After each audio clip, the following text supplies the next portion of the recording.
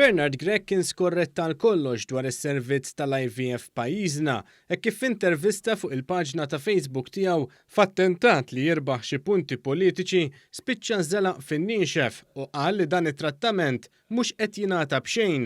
Naf ukoll li kien hemm il-weda illi l-IVF Malta ikun servizz li jingħata b'xejn.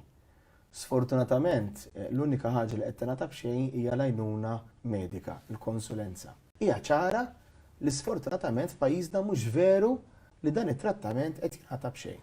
Il-kap eżekuttiv tal-Awtorità għall Protezzjoni tal-Embrjuni Simon Attard spjegat kif pajjiżna koppja li trid tagħmel IVF tħallas biss għal mediċina u trattament kollu fil-fażijiet differenti tiegħu jingħata b'xejn.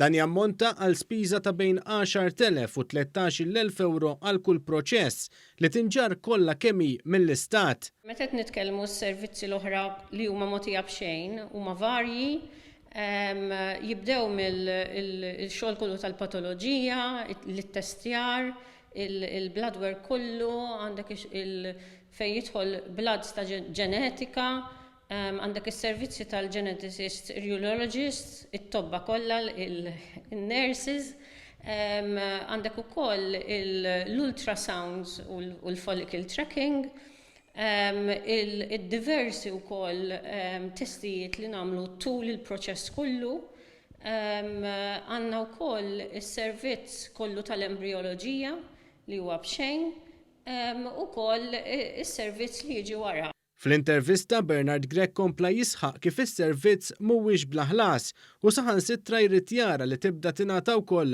għajnuna psikoloġika. Żgur li hemm bżonn din l-għajnuna li dan is-servizz ikun tassew bla ħlas u li anke jkun hemm għajnuna fit-traġitt kollu għajnuna psikoloġika. Iżda Simon Attard spjegat kif dan is-servizz diġà qed jingħata huwa wkoll bla ħlas. Il-miżinformazzjoni ta' Bernard Gregg kompli toħroġ fid-der hekk kif Attard spjegat kif huwa obbligatorju bil-liġi li dan is-servizz jingħata lil kull koppja. Il-counseling huwa wkoll servizz li jingħata b'xejn, huwa obbligu bil-liġi li jingħata u l-awtorità tenfasizza u aħna jkollna wkoll rendikont tas-sessions li jsiru b'xejn.